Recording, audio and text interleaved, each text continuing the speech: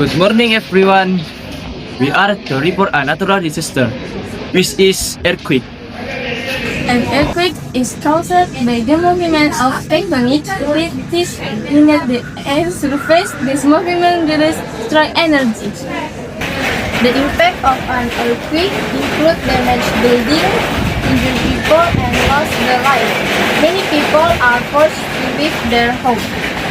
To reduce the impact, people should stay home, take shelter, and follow safety instructions from authorities. Thanks for watching this video.